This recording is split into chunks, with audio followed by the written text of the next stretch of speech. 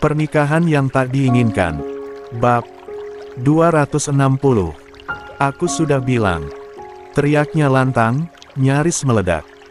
Rumah ini tidak menerima iblis berwujud manusia. Pergi kalian dari sini. Pria bertato mengusap kasar wajahnya yang masih basah, ekspresinya berubah geram. Tangannya terangkat, menunjuk langsung ke arah Alea, tubuhnya mulai maju 2 langkah. Namun Larasati segera menarik lengan kekar suaminya, menahannya dengan panik, "Jangan, Mas, jangan buat lebih buruk lagi." Namun, Alea tak gentar. Dia justru melangkah 1 langkah ke depan, menantang. Sorot matanya setajam silet, penuh keberanian yang tak main-main. "Apa? Mau sok preman di rumah kami? Hah?" Serunya tajam.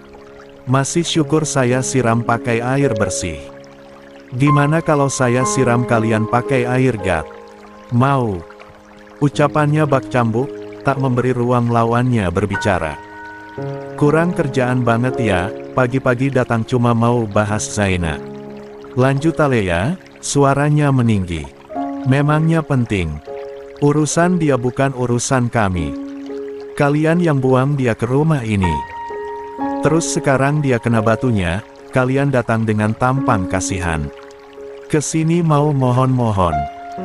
Larasati menunduk, wajahnya tertampar kenyataan. Sementara pria bertato menahan napas geramnya, giginya terkatup rapat. "Sana!" teriak Alea lagi, tangannya menunjuk keluar rumah. "Mohon-mohon aja sama batu nisan Abah. Dulu kalian datang ke rumah ini dengan lantang bilang, Zaina itu anak Adam juga. Ya sudah, sana. Pergi ke kuburan Abah. Minta tolongnya sama di sana." Suasana terasa mencekam. Udaranya serasa membeku di tengah panas pagi.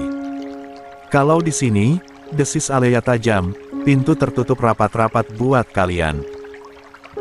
Tanpa menunggu jawaban, tanpa memberi kesempatan berbicara 1 kata pun, Alea mengayunkan tangannya kuat-kuat. Brak! Pintu rumah ditutup dengan kasar. Dentuman kayunya membentur kusen, menggetarkan kaca jendela dan membekaskan keheningan yang bergema hingga ke dalam dada. Sementara di dalam rumah, semua orang terpaku. Masih membekap ketegangan yang baru saja meledak begitu dahsyat di depan mata mereka. 2. Dalam keheningan yang mencekam, saat semua orang masih berdiri kaku, belum pulih dari keterkejutan mereka, tiba-tiba terdengar suara tepukan tangan. Plok, plok, plok. Semua kepala menoleh hampir bersamaan.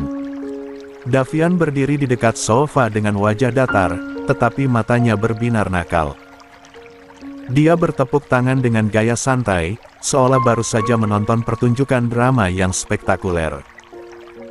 "Wih," seru Davian, bibirnya melengkung membentuk senyuman tengil. "Salut banget, Mbak Alea. Bener-bener, kelas berat. Gak cuma jago motong sayur, ternyata jago juga motong harga diri orang."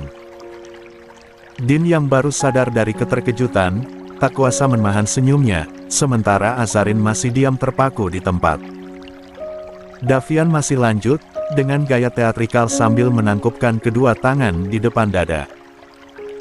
"Aku, Davian yang hina ini, menyatakan rasa hormat setinggi-tingginya untuk jurus siram air sakti plus ayat kursi pembasmi hama manusia."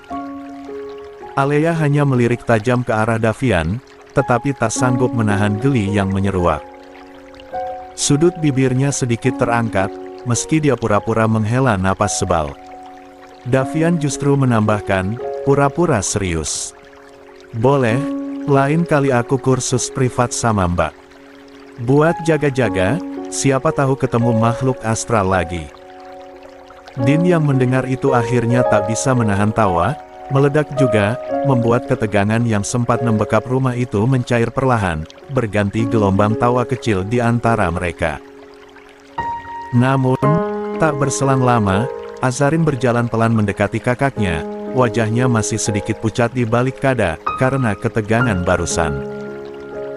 Dia mengambil alih ember dari tangan Alea dan diletakkan di lantai, lalu tangannya yang lembut mengusap wajah sang kakak yang basah terkena percikan air. Sentuhan itu terasa seperti angin sejuk yang menenangkan. "Kakak sudah puas sekarang?" tanyanya lirih, namun penuh makna. Alea menghela napas panjang, suaranya berat menahan sisa emosi. "Gak akan puas, Dek, sampai..." Belum sempat Alea menyelesaikan kalimatnya, Azarin memotong dengan lembut, tetapi syarat ketegasan. "Sampai kapan, Kak?" Tangannya bergerak membersihkan percikan air dari pakaian dan jilbab kakaknya sambil kembali berkata, "Sampai orang-orang kayak mereka menaruh dendam sama kakak. Aku gak takut menghadapi siapapun, tapi aku lebih takut kalau dendam orang bisa bikin celaka. Aku gak mau terjadi apa-apa sama kakak." Alea menatap mata adiknya yang jernih dan tulus. Ada kehangatan sekaligus kekhawatiran yang terpancar dari tatapan itu. Dia tersenyum kecil, mencoba menenangkan. "Gak usah khawatir, Dek. Kakak bisa jaga diri. Lagi pula, ini negara hukum, kenapa harus parnosih?" Tangannya terangkat, menepuk pelan pundak Azarin. Tapi saat Azarin menghela napas dalam-dalam, berat dan menyayat, Alea kembali terdiam. "Minta maaf sama orang itu, lebih sulit daripada minta maaf sama Allah, Kak. Bukan aku sok bijak, tapi aku gak mau kakak terjebak sama hal-hal yang buruk," ucap Azarin dengan suara nyaris bergetar. "Kebencian itu kayak racun, Kak, yang pelan-pelan bisa ngerusak." 3. Alea menatap sendu wajah adiknya, sorot matanya melembut. "Hatimu terlalu lembut, Dek. Itu yang bikin orang gampang nyakitin kamu." Dia lalu menarik Azarin ke dalam pelukannya. Pelukan itu erat, penuh kasih dan rasa protektif yang sulit dijelaskan dengan kata-kata. "Tapi kamu gak usah khawatir, kakak akan baik-baik saja. Insya Allah. Lagi pula, aku pernah dengar ceramah, katanya kalau kita ketemu orang sombong, ya kita harus sombong juga. Itu namanya sedekah. Kalau ketemu penjahat, ya harus jahat juga, biar adil." Azarin sontak merengut, melepaskan diri dari pelukan dan memukul pelan pundak kakaknya. "Teori dari mana sih itu, Kak?" Alea tertawa kecil, "Dari dokter." Dia berpose sok serius, spesialis ahli dalam Alea Humaira. "Hahaha." Azarin memelototkan mata sambil menahan senyum. "Ya ampun." Alea mengangkat bahu dengan santai. "Lagian dia yang cari masalah pagi-pagi gini, ya udah, aku bantu Tuhan balas aja. Masih untung gak aku suntik mati." Azarin kembali memukul pelan kakaknya, kali ini sambil memalingkan wajah, menyembunyikan senyum geli yang mulai merekah di bibirnya. Alea menghela napas panjang, berusaha meredam gejolak dalam dadanya. Dia menatap Azarin dengan lebih serius. "Dek, kakak marah tadi bukan tanpa alasan," ucapnya pelan, mencoba menjelaskan. "Mereka datang ke sini bawa dendam. Gara-gara kemarin diusir, mereka merasa dipermalukan, mereka gak terima. Dan tadi itu, mereka mau kasih perhitungan ke kita." Alea mengepalkan jemarinya tanpa sadar, ekspresi wajahnya mengeras. "Ya sudah, daripada aku berdebat sama mereka, mending langsung aku siram aja pakai air. Mau buat darah tinggi pagi-pagi. Ogah banget," gerutunya, sambil mendengus sebal. Azarin memandang kakaknya dengan tatapan penuh pengertian. Dia mendekat, meraih tangan Alea, lalu membimbingnya dengan lembut. "Kak, tarik napas. Hembuskan perlahan," bisiknya. Alea menurut, meski dengan gerakan yang sedikit kasar. "Masalah itu, Kak, kalau diselesaikan pakai kepala dingin, hasilnya akan jauh lebih baik. Itu sebabnya, orang butuh waktu nenangin diri sebelum ambil keputusan. Karena keputusan yang dibuat saat emosi, hampir pasti keliru." Lanjut Azarin lembut, matanya bersinar penuh ketulusan. Namun bukannya menerima dengan tenang, Alea malah menyahut dengan gaya santai, "Iya, Dek, pakai ilmu tenang." Saking tenangnya, tahu-tahu mati, selorohnya, membuat Azarin spontan merengut kesal. Kakak serius? Ih! Protes Azarin sambil melepaskan tangannya dari genggaman Alea. Namun, Alea tetap melanjutkan dengan tawa kecil. Aku serius, Dek. Ilmu tenang itu buat situasi damai. Kalau yang tadi, situasinya darurat. Harus pakai ilmu cakar bebek. Gak sempat pakai jurus adem ayem. Alea terkekeh sendiri, seolah puas dengan pembelaannya. Dari sudut ruangan, Davian yang sedari tadi berdiri bersama Din, tidak tahan untuk ikut tertawa. Tapi tadi bukan cakar bebek, Mbak Al, sahut Davian dengan nada iseng. Tadi tuh jurus Ustadz Kodrat, yang spesialis nyiram air sambil baca ayat. Hahaha. Suasana yang tadinya tegang, perlahan mencair. Din hanya tersenyum sambil menggeleng-gelengkan kepala melihat tingkah adik serta iparnya. 4. Alea membuang muka, pura-pura malu, meski senyum kecil terselip di sudut bibirnya. Davian, dengan mulut tak bisa diam, kembali melontarkan candaannya. Gak kebayang deh, kalau orang itu jadi pasien Mbak Alea, bisa-bisa baru suntik vaksinasi, langsung disuntik mati. Celetuknya sambil terkekeh keras. Belum cukup puas, Davian menambahkan lagi dengan gaya dramatis. Entar di depan rumah ini, harus pasang papan, tulisannya gini, hati-hati. Di rumah ini, dokter spesialisnya sudah bebas dari penjara. Tawa Davian pecah, disusul gelak tawa Din yang lebih dalam. Azarin hanya bisa menggeleng pasrah sambil menahan senyum, sementara Alea berpura-pura merapikan jilbabnya, pura-pura tak peduli, padahal telinganya sudah merah menahan tawa. Setelah kekacauan kecil itu, mereka akhirnya beringsut kembali ke dapur, melanjutkan sarapan yang sempat tertunda. Apalagi Azarin dan Din harus segera berangkat ke Bogor, waktu mereka sudah mepet. Di ruang makan, Bu Mahira, Alina, dan pengasuhnya telah bergabung setelah mereka tadi memilih bermain di balkon rumah lantai 2. Aroma nasi hangat dan tempe goreng memenuhi udara, mengusir sisa ketegangan yang masih menggantung tipis. Ibu tadi dengar rame-rame, ada apa, sih? Tanya Bu Mahira tiba-tiba sambil menatap seisi ruangan. Azarin sontak menoleh, menatap ibu mertuanya, lalu beralih pada Din duduk di sampingnya. Namun, sebelum siapapun sempat menyusun jawaban, Davian, dengan gaya tengilnya yang khas, langsung menyambar. Ada Ustazah Kodrat, Bu, muncul di rumah ini. Ustazah Kodrat. Bu Mahira mengerutkan kening, kebingungan. Pandangannya menyapu ke arah menantunya, sekaligus Davian seolah menuntut jawaban. Namun, Alea yang salah tingkah, mencuri pandangan ke arah Davian, dan memberikan tatapan tajam, seolah memberikan peringatan agar pria itu tak sampai membocorkan kejadian tadi. Betapa malunya, jika Bu Mahira mengetahui kekurang ajarannya tadi menyirami tamu air. Untung saja Davian cukup paham isyarat itu. Dia segera tertawa ringan, lalu berkata santai. Maksudnya, Mbak Alea tadi ngasih tausiah kilat, Bu. Cepat dan agak basah dikit. Bu Mahira hanya menggelengkan kepala perlahan, memutuskan untuk tidak bertanya lebih jauh. Dia justru teringat dengan sesuatu hal yang ingin dia umumkan pada anak dan menantunya. Oh iya, tadi Papa telepon. Katanya rencana mau pulang ke Indonesia. Papa mau adain syukuran kecil-kecilan di panti asuhan untuk bentuk syukur atas kehamilan Asa. Seketika, suasana meja makan membeku. Azarin menunduk pelan, menatap ibu mertuanya dengan mata berembun penuh rasa haru. Sementara Alea, yang baru saja hendak menyendokkan nasi, mendadak membelalak. Za, kamu hamil. Serunya, hampir berteriak. Azarin mengangguk pelan. Mata Alea langsung berkabut. Napasnya tercekat seketika.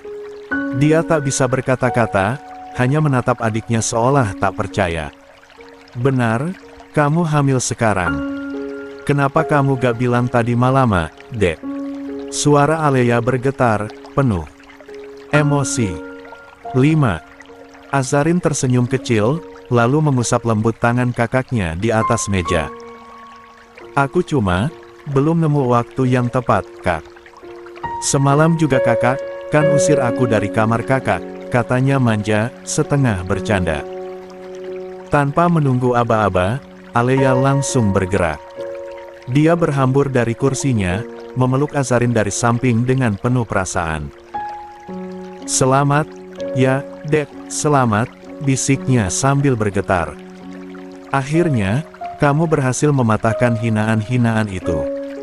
Hinaan dari mereka yang pernah merendahkanmu. Jangan ucapkan selamat juga sama pabriknya, celetuk Davian seolah tak mau ketinggalan. Pabriknya keren abis, mana sekali produksi dapat wins. Dia terkekeh dengan nada jahil. Alea spontan menoleh kaget. Kembar, Za. Suara Alea nyaris pecah, matanya kembali membulat, air mata tumpah begitu saja dari sudut matanya. Dia menutup mulutnya, menahan luapan emosi yang terlalu besar. Ya Allah! Lirihnya, nyaris tak terdengar.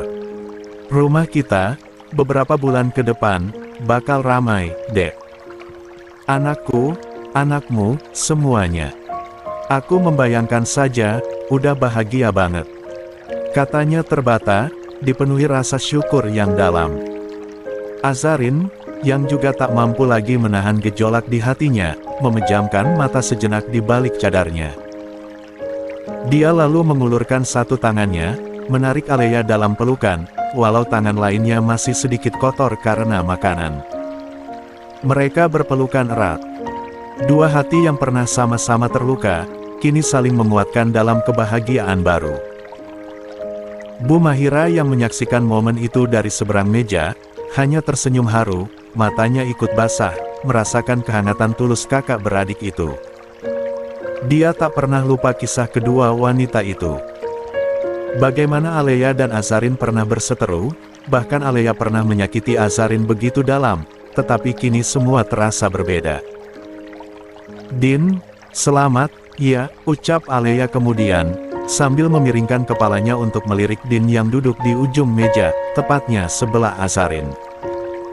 Aku masih gak percaya, adikku akhirnya hamil, setelah semua cobaan berat yang dia jalani. Lanjutnya, matanya menatap sendu ke arah Azarin. Din hanya mengangguk sekali. Terima kasih, ucapnya tanpa menatap Alea. Alea mengalihkan pandangan ke Azarin, lalu tanpa ragu melanjutkan, suaranya kini lirih namun tegas, seolah setiap katanya terukir dari dasar hatinya. Za, kakak minta maaf, ucapnya, nyaris berbisik. Aku pernah jadi bagian dari luka kamu. Jadi orang yang justru paling menyakitimu, yang harusnya melindungi malah ikut melukai. Ruangan mendadak senyap. Azarin, yang sejak tadi menunduk menikmati sesuap nasi, akhirnya berhenti dan mengangkat wajahnya. Sepasang matanya yang teduh menatap lekat kakaknya. Kemudian menggeleng pelan, menolak rasa bersalah itu tinggal lebih lama di hati Alea. Lupakan, Kak, bisik Azarin, apa yang sudah terjadi, itu semua bagian dari jalan yang Allah tuliskan untuk kita. Bahkan, selembar daun jatuh pun sudah tertulis di Lauhul Mahfuz. 6. Azarin tersenyum tipis di balik cadarnya. Kalau aku tidak terluka saat itu, mungkin aku gak akan pernah bertemu dengan Mas Din. Aku gak akan mengenal keluarga baru yang Allah kirimkan untuk menyembuhkan aku. Ucapan itu menghunjam hati Alea. Matanya berkaca-kaca, menahan derasnya emosi yang menggulung dalam diam. Betapa dia tak pernah menyangka, adik yang dulu sering dianggap lemah, kini berdiri di hadapannya dengan jiwa sebesar langit. Dalam diam, Alea bertanya pada dirinya sendiri. Apakah kelak dia juga akan menemukan bahagianya? Apakah jalannya pun akan seindah jalur penuh cobaan yang kini mengantar Azarin pada kebahagiaan? Seketika dada Alea sesak oleh haru, dia menatap Azarin tanpa mengeluarkan sepatah kata, tetapi tatapannya tersirat kesedihan.